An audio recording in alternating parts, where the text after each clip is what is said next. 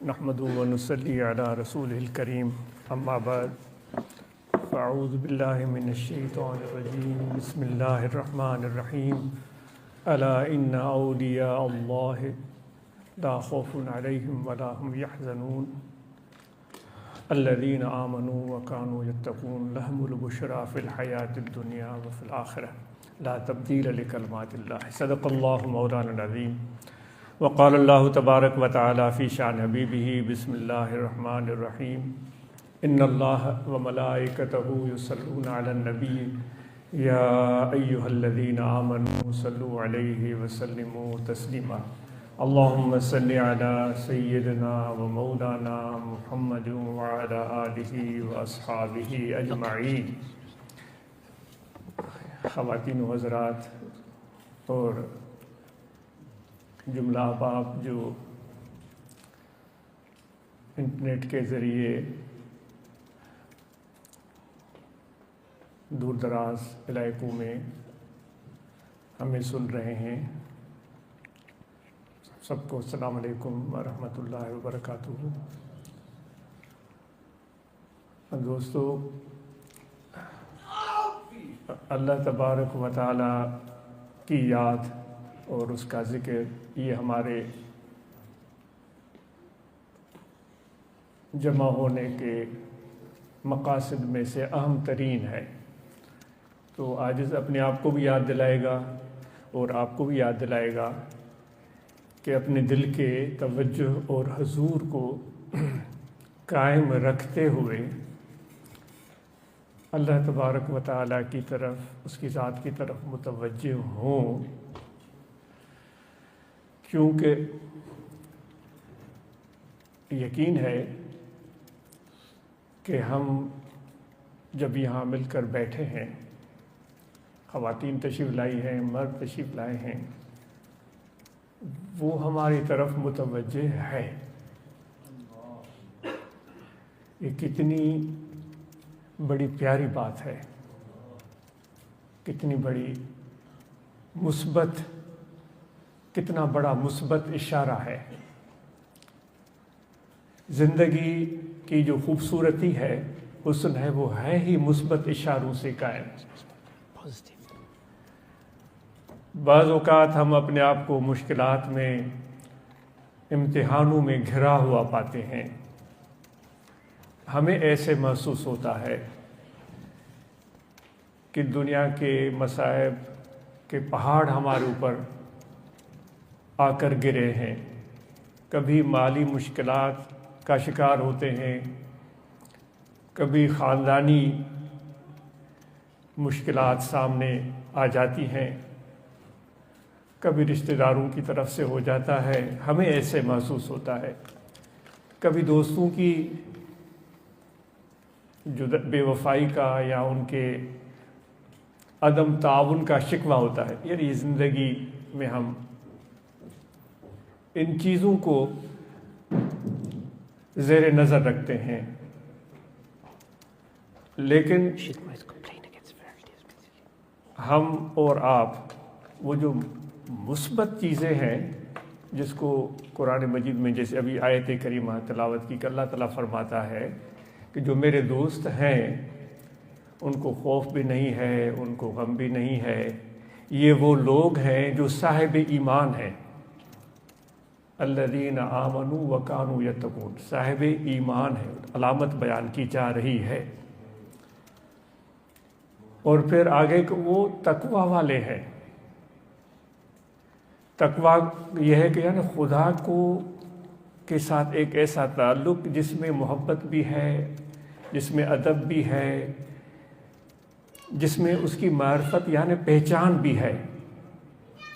اگر خدا کی پہچان نہیں ہے تو پھر یہ خوف خدا کا وہ مکمل جو جس طرح خشیت یا تقوی ہونی چاہیے اس کو ہم کیسے پا سکیں گے؟ تبھی ہم پا سکتے ہیں جب اللہ تعالیٰ کی معرفت، جس کو کہا گیا ہے پہچان، ہمیں مل جائے۔ تو پھر تقویٰ کہا گیا ہے۔ یہ ایک ایسی منفرد چیز ہے تقوی، جس میں خشیت بھی ہے تو محبت بھی ہے، جس میں امید بھی ہے تو آزمائش بھی ہے، جس میں کامیابی بھی ہے اور ہماری نظر میں وہ کامیابی نہیں بھی ہو سکتی ہماری نظر میں بعض اوقات، یعنی اس کے ایک مجموعہ ہے مختلف کیفیات کا جو انسانی زندگی میں صبح و شام ہمیں درپیش آتے ہیں۔ آپ نے دیکھا ہوگا وہی چیز کہ جو ایک لمحہ 2 منٹ پہلے ہمیں اچھی لگتی ہے، اسی چیز پر ہم دوسرے لمحے غصے میں آ رہے ہوتے ہیں۔ سعدی کی ایک کہانی جس سے شاید جو تقویٰ کے مفہوم کو عاجز بیان کرنا چاہ رہا ہے کہ ایک مجموعہ ہے مختلف کیفیات کا جو خدا کی طرف سے اپنے بندوں کے ساتھ تعلق رکھتی ہے، امید، پھر تھوڑا اس میں آزمائش، پھر امتحان، پھر کامیابی، پھر ناکامی، یہ ساری چیزوں کا مجموعہ۔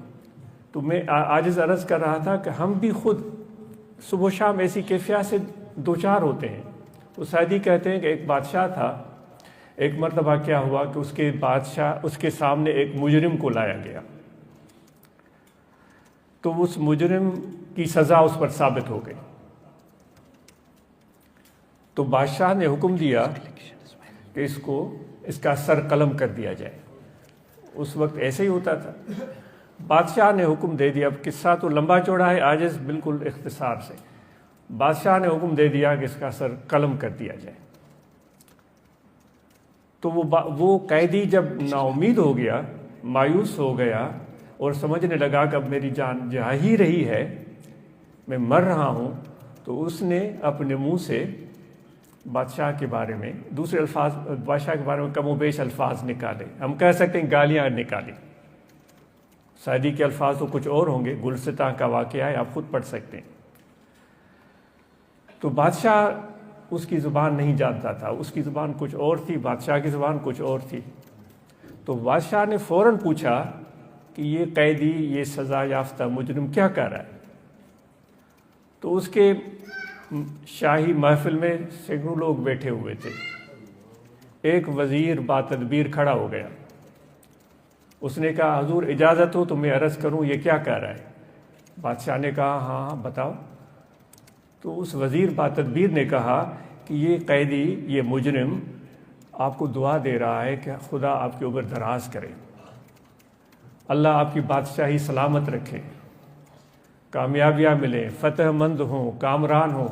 تو بادشاہ حیران ہو گیا، میں اس کے گردن اڑانے کا حکم دے رہا ہوں اور یہ مجھے دعائیں دے رہا ہے۔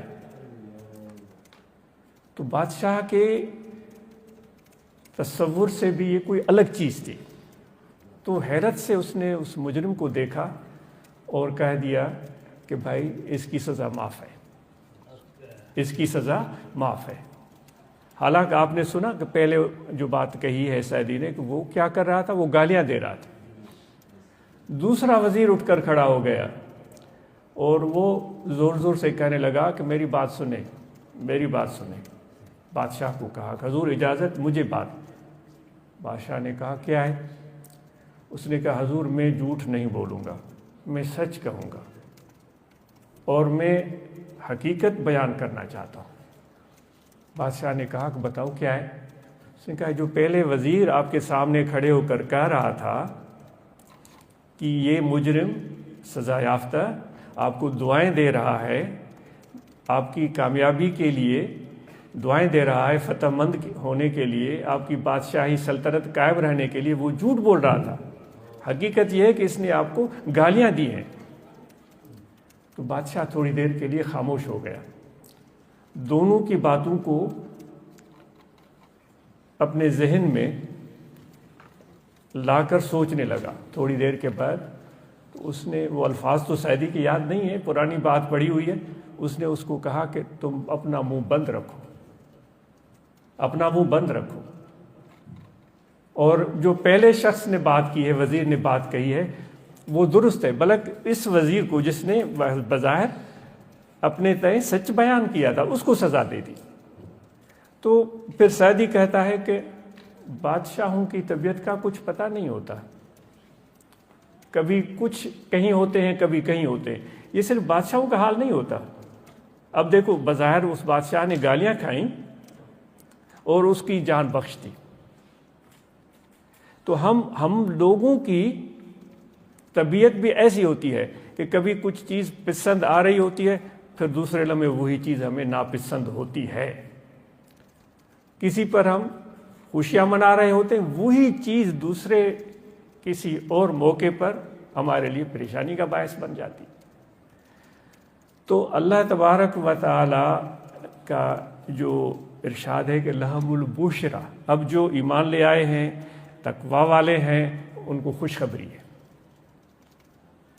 اب خوشخبری جس کو ہم امید کہیں، جس کو ہم کامیابی کہیں، جس کو ہم مثبت اشارہ کہیں، تو اس وقت بھی ہم اگر دیکھیں تو ایک دوست ہمارا خوشخبری لے کر آیا ہے.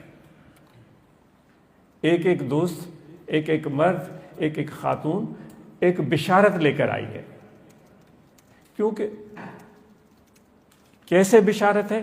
اس لیے بشارت ہے کہ اللہ تبارک و تعالی ان بندوں کی محفل کو پسند کرتا ہے جو اس کے یاد کے لیے، اس کی محبت کے لیے ایک جگہ جمع ہو کر بیٹھے. اور پھر اللہ تبارک و تعالی عرش عظیم سے ان محفل والوں کی طرف خصوصی طور پر متوجہ ہوتا ہے.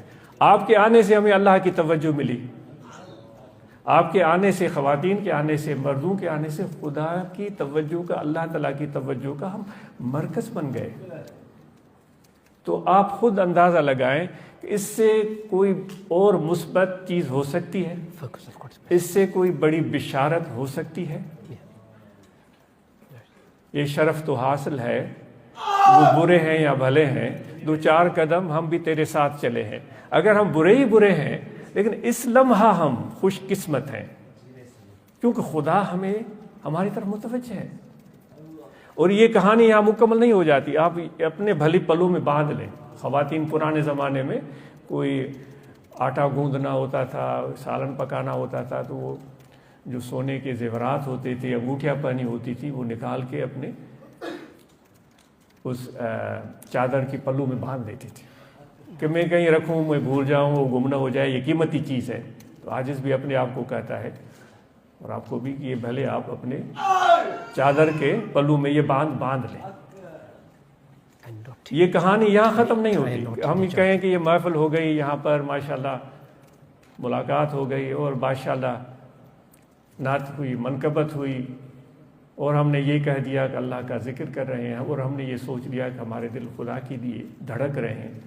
تو یہ آمدند نشستند و برخاستند، آئے بیٹھے اور چلے گئے، کہانی ختم، رات گئی بات گئی. دوستو ایسے نہیں ہے. یہی تو مزہ ہے اس چیز کا. کہانی ختم نہیں ہوئی، یہ کہانی ختم نہیں ہوئی. یہ اللہ تبارک و تعالی کے طریقہ کار کے مطابق یہ کہانی شروع ہوئی. اور روز قیامت کیا ہوگا؟ اللہ تعالیٰ کے سامنے سارے لوگ، جس طرح کہ حضور علیہ الصلوۃ والسلام نے فرمایا، سارے لوگ، خواتین، مرد، عورتیں، سب موجود ہوں گے. حدیث کا مفہوم ہے. اور وہ اپنے نامہ اعمال کے تلنے کا انتظار کر رہے ہوں گے کہ میرے گناہ کم ہیں یا میرے گناہ زیادہ ہیں، میری نیکیاں کم ہیں یا میری نیکیاں زیادہ ہیں. ہر شخص اس فکر میں ہوگا کہ میری نیکیاں بڑھ جائیں، میری کامیابی ہو جائے، میری مصیبت ختم ہو جائے، میرا امتحان ختم ہو جائے. سب لوگ پریشان ہوں گے.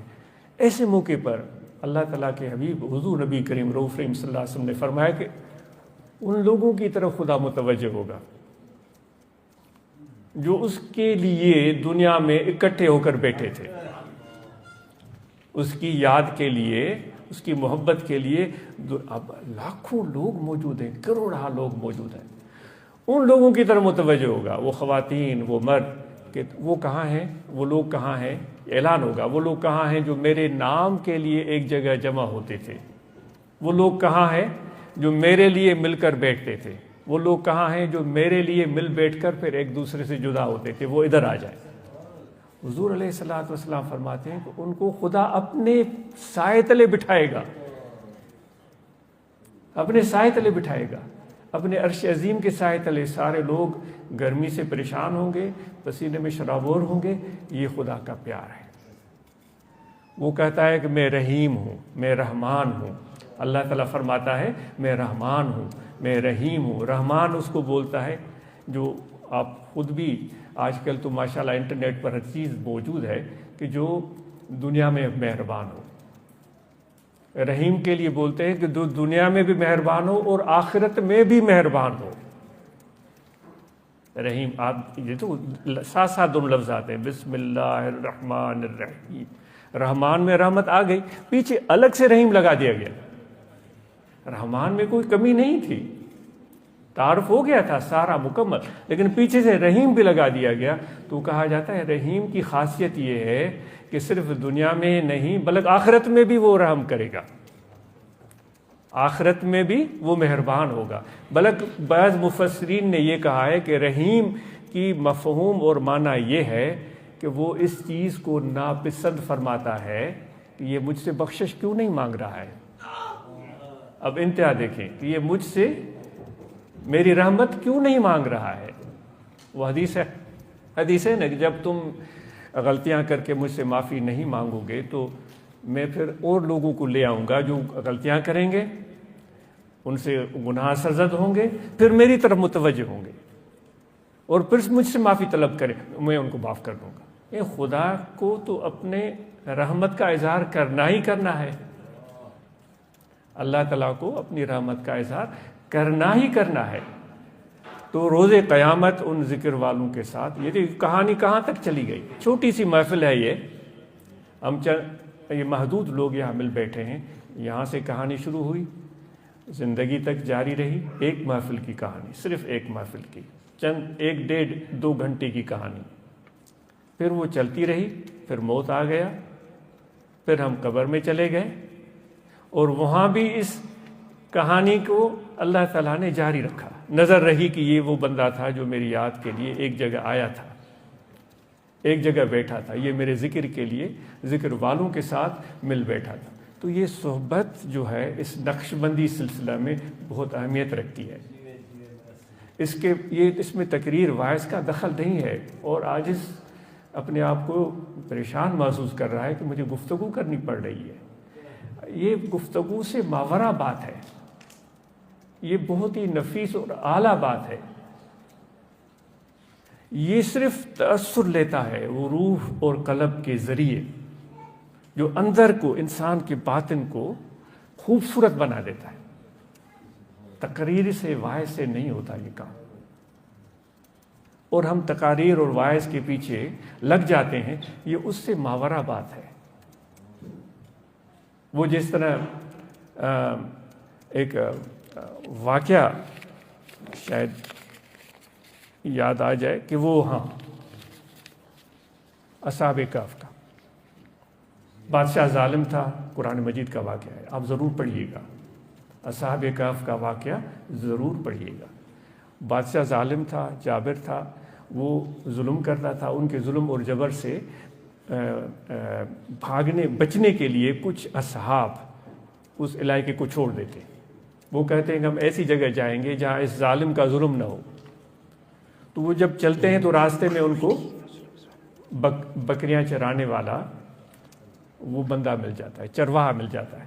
وہ ان سے پوچھتے ہیں کہاں جا رہے ہو، یہ قرآن مجید کا واقعہ ہے۔ وہ کہتا ہے، وہ ان سے پوچھتے ہیں کہاں جا رہے ہو، اتنے 5-6 لوگ، آپ کہاں جا رہے ہو؟ تو انہوں نے ان کو کہا کہ ہم جو ظالم بادشاہ ہے، ظلم کرتا ہے، تو اس کے ظلم سے ہم بچنے کے لیے ہم جا رہے ہیں کسی محفوظ جگہ پر، تاکہ ہم خدا کی بندگی کریں، اللہ کی عبادت کریں اور اپنے رب کو راضی کریں۔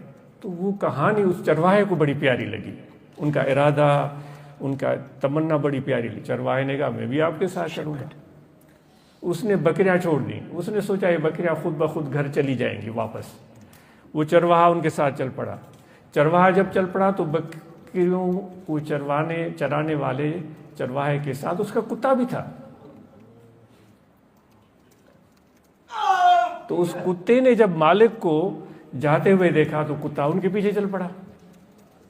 تو وہ جو لوگ تھے انہوں نے کہا کہ یہ کتا تو بھونکے گا، ہم تو چھپ چھپ کے جا رہے ہیں، اس ظالم بادشاہ کو پتہ چلا تو وہ تو ہمیں جان سے مار دے گا، یہ کتا ہمیں پکڑوا دے گا۔ چرواہے کو بولنے لگے بھائی اپنے کتے کو چھوڑ دو اور اس سے جان چھڑاؤ یا تم بھی واپس جاؤ۔ چرواہے نے کہا کہ مجھے تو آپ کے سفر میں مجھے آ گیا ہے مزہ، ہم بھی سفر کر رہے ہیں دوستو، ہم بھی سفر میں ہیں۔ نقشبندی سلسلے میں ہے کہ سفر در وطن، ایسا سفر کرو کہ گھر میں بیٹھے بیٹھے بھی تمہارا سفر رکے نہیں۔ یہ نہیں کہ پاکستان سے جہاز میں بیٹھ کر یہاں آئے تو یہ سفر ہے، نہیں، یہ روحانی سفر ہے، یہ قلبی سفر ہے جو بہتری کی جانب ہے، ایک اور بہتری، ایک اور اچھائی کی طرف قدم بڑھانا، اپنے آپ کو اور بہتر تاکہ خدا کا محبوب بن جائے، وہ بندہ اللہ تعالیٰ کا پیارا بن جائے۔ الا ان اولیاء اللہ، وہ خدا کے جو دوست ہیں، وہ اللہ خود فرما رہا ہے، ان کو کوئی خوف نہیں ہے، ان کو کوئی غم نہیں ہے۔ وہ کیوں نہیں ہے؟ کیونکہ وہ اپنے آپ کو بہتر کرتے چلے جاتے ہیں، خدا کے اس رنگ میں رنگتے چلے جاتے ہیں۔ تو اس کتے کو اس چرواہے نے بھگانے کی کوشش کی، کتا نہیں باز آیا، وہ نہیں بھاگا۔ وہ زبان حال سے کہنے لگا کہ بھائی مجھے کیوں بھگاتے ہو، مجھے بھی ساتھ چلنے دو۔ تو وہ کتا ان کے ساتھ چل پڑا اور وہ پھر کہیں کسی غار میں جا کر بیٹھ گئے، تو کتا دروازے پر بیٹھ گیا اور وہ کتے کو بھی نیند آ گئی۔ وہ ان اصحاب کہف کو قرآن مجید میں کہا گیا ہے کہ کہتے ہیں 5 ہیں، بعض کہتے ہیں کہ 6 ہیں، بعض کہتے ہیں 7 ہیں، یہ تفصیل سے آیات میں اس کا تذکرہ ملتا ہے۔ تو وہ سو گئے، ان کو نیند آ گئی، اور کتا بھی اس غار کے دروازے پر سو گیا، اس کو بھی نیند آ گئی۔ تو اللہ تعالیٰ نے اپنے فرشتوں کو فرمایا کہ یہ میرے دوست ہیں، جس طرح وہ دیکھیں نا، وہی چیز ہم ابھی کہہ رہے تھے کہ ہم خدا کے ذکر کے لیے یہاں چل کر آئے۔ یہ خود ایک نیت اتنی اعلیٰ ہے کہ اتنا ارادہ بہترین ہے کہ ان کو الفاظ میں بیان نہیں کیا جا سکتا۔ تو وہ فرشتے آئے، اللہ تعالیٰ نے فرمایا جاؤ، ان کو بڑا عرصہ گزر گیا ہے، ان کی کروٹیں بدل لو۔ فرشتے آئے، ان سب لوگوں کو جو اصحاب کہف تھے، 5 تھے، 6 تھے، 7 تھے، جتنے بھی خدا جانتا ہے، ان کی کروٹیں بدلی اور واپس چلے گئے۔ تو خدا نے کہا کہ سب کی کروٹیں بدلی؟ تو انہوں نے کہا کہ جی سب کی کروٹیں بدلی۔ آپ نے فرمایا نہیں، کسی کو تم بھول گئے ہو، تو واپس گئے۔ تو اس طرح یعنی 1-2 مرتبہ ان کا آنا جانا ہوا، پھر ان کو امر ہوا کہ بھائی یہ کتا دروازے پر سویا ہوا ہے، اس کی بھی کروٹ تمہیں بدلنی ہے۔ تو ان فرشتوں نے آ کر اس کتے کی کروٹ بدلی۔ سعدی کہتا ہے سگے اصحاب کہف، سعدی کا قول، سگے اصحاب کہف کے روزے چند،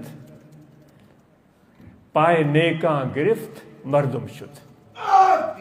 اصحاب کہف کے کتوں کو دیکھو کہ اچھے لوگوں کا دامن پکڑا، ان کے پیچھے چل پڑا، اور وہ مردم شد، وہ کہتا ہے کہ وہ مرد بن گیا۔ وہ روایات میں ہے کہ روز قیامت یہ کتا بھی انسانی شکل میں، یہ کم و بیش مجھ سے غلطی بھی ہو سکتی ہے، انسانی شکل میں یا کسی بھی شکل میں وہ جنت میں جائے گا۔ یہ کیوں اس کو مقام ملا؟ وہ تو کوئی کتاب نہیں پڑھا ہوا تھا، کوئی اس نے واعظ نہیں سنا تھا، کوئی تقریر نہیں سنی تھی، بس اس کو اچھوں کا ساتھ مل گیا تھا۔ بس اس اچھوں کے ساتھ کو اس نے چھوڑا نہیں، اس ساتھ کو اس نے اچھی طرح سے پکڑ لیا۔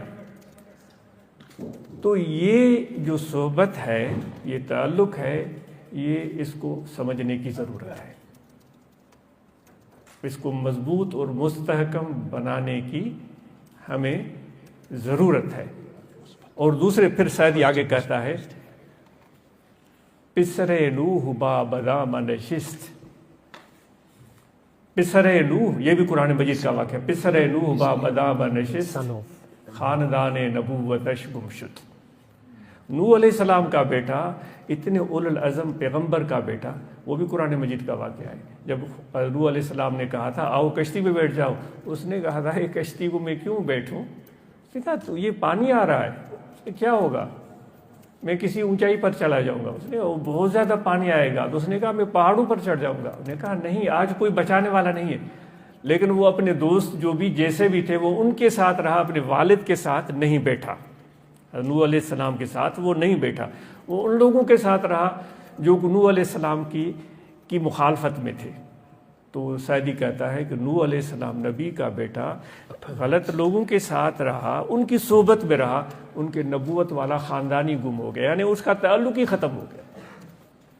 تو اس لیے دوستو اس تعلق، اس نسبت، اس رابطے کی اہمیت کو ہم سمجھیں، تو اسی میں ہماری نجات اور فائدہ اور کامیابی ہے۔ تو یہ بشارت آپ سب، ایک ایک بندہ، ایک ایک مرد، ایک ایک خاتون جب آئی ہے یہاں تو ایک مثبت ارادہ لے کر آئے، مثبت ارادے لے کر وہ خواتین آئیں، تو یہ چیز، یہ جو جذبہ اب ہم اپنے اندر محسوس کر رہے ہیں، اس کو پوری زندگی چلاتا ہی رہنا ہے۔ یعنی کوئی منفی چیز ہمارے دل میں کیوں آئے؟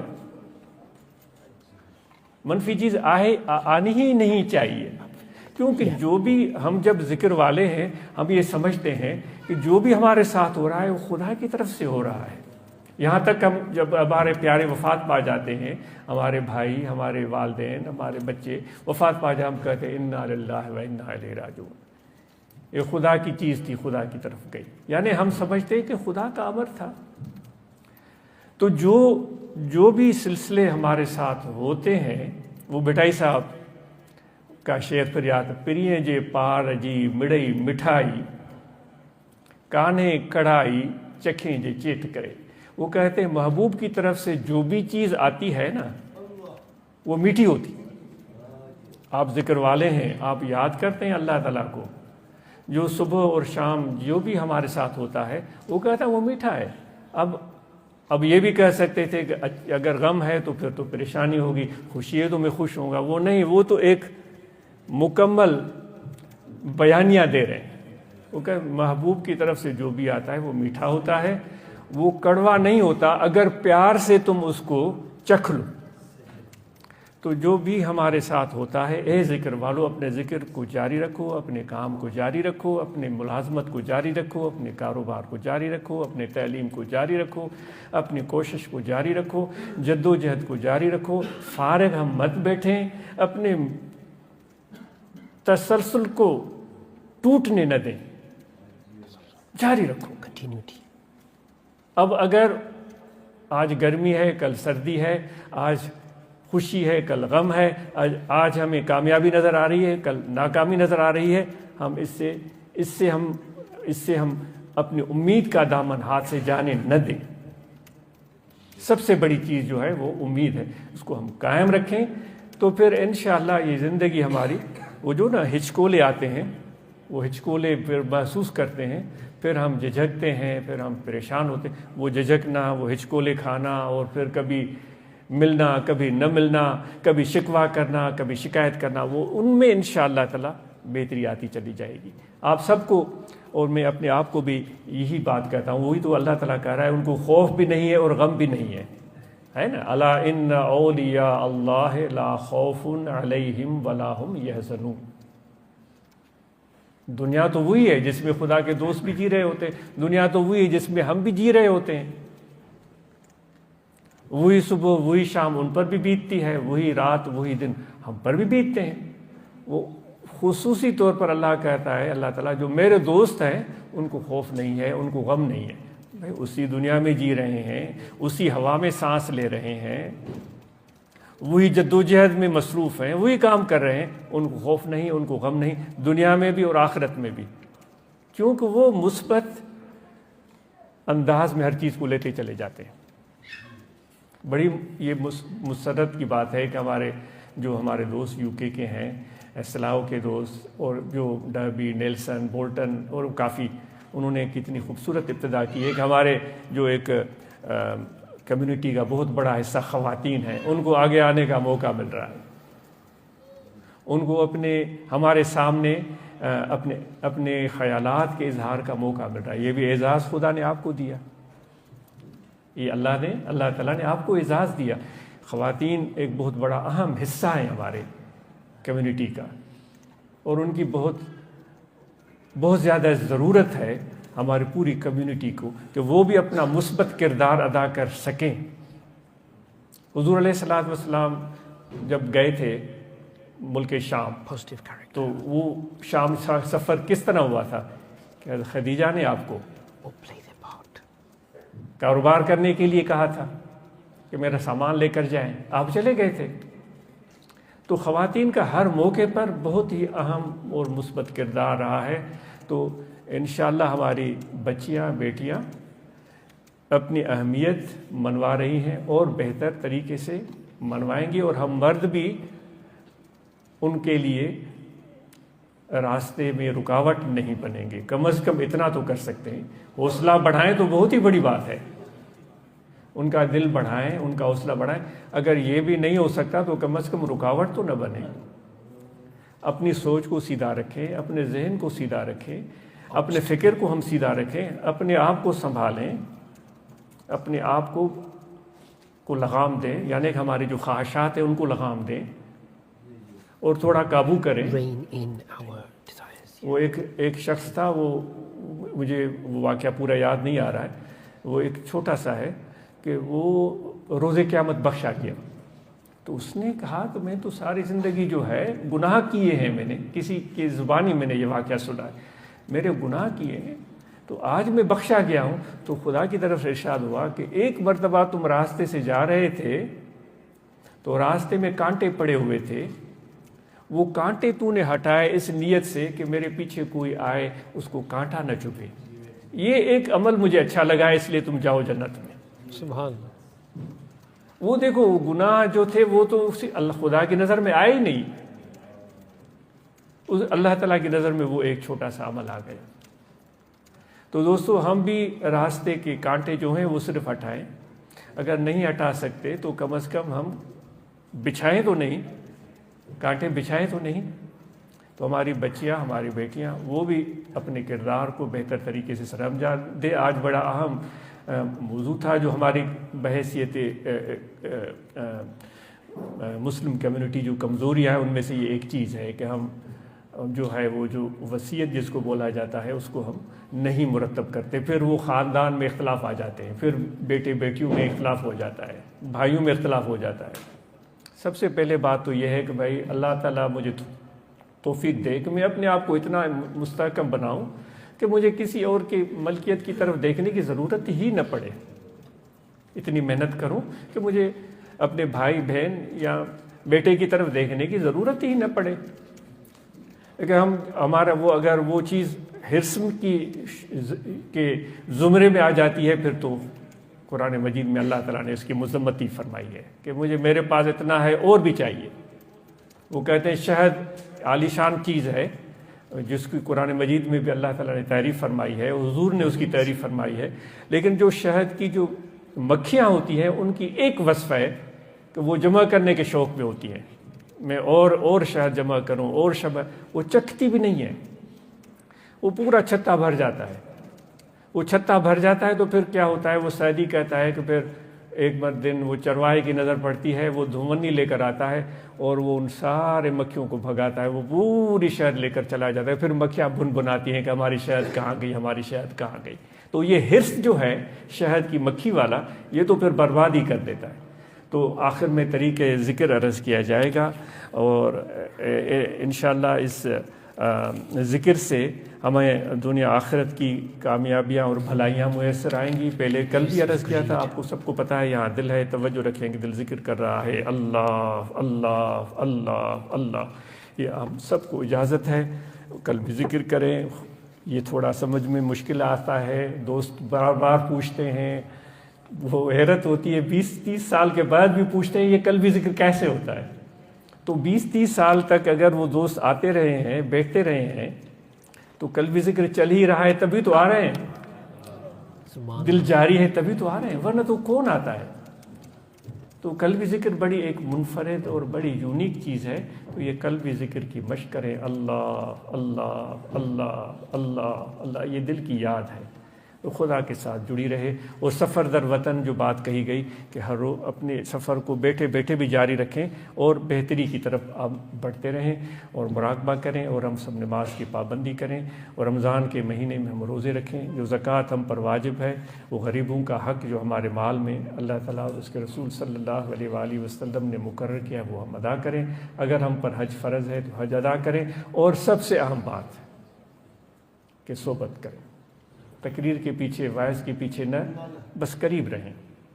وہ اصحاب کہف کا مثال عرض کیا نا, انسان کو تو اشرف المخلوقات اور خلیفۃ اللہ فی الارض کہا گیا ہے کہ زمین پر خدا کا خلیفہ.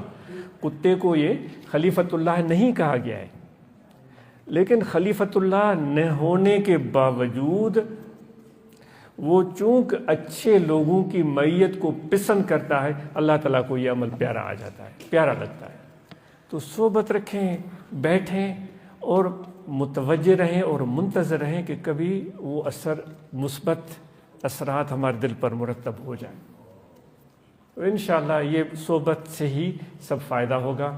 اور اب صلاح کے دوستوں نے کل بھی پروگرام رکھا, دونوں آگے پیچھے ساتھ ساتھ ہو گئے. آپ کی بڑی ہمت ہے انتظامات کرنا, اس کے لیے خرچے آپ کرتے ہیں, آپ کی محبت اور پیار ہے. اللہ تعالیٰ آپ کے رزق میں, آپ کی روزی میں برکتیں دے, آپ کے گھر میں, آپ کے اہل میں, اولاد میں برکتیں ہوں, آپ کی محبتیں بڑھیں, ماں باپ کا آپس میں اعتماد اور اتفاق ہو تاکہ بچے بھی ہمارے خوبصورت ماحول میں پلے بڑھیں. اور ہم ٹائم دیں اپنے آپ کو اور اپنے شریک زندگی کو, بیوی ہے, شوہر ہے, ایک دوسرے کو وقت دیں اور اپنے بچوں کو ان کے ساتھ ہم وقت بتائیں. اور ہمیشہ عاجز عرض کرتا ہے کہ ایک کھانا ہم سب مل کر کھائیں اپنے بچوں کے ساتھ اور ان کو بولنے کا موقع دیں, ان کی باتیں سنیں.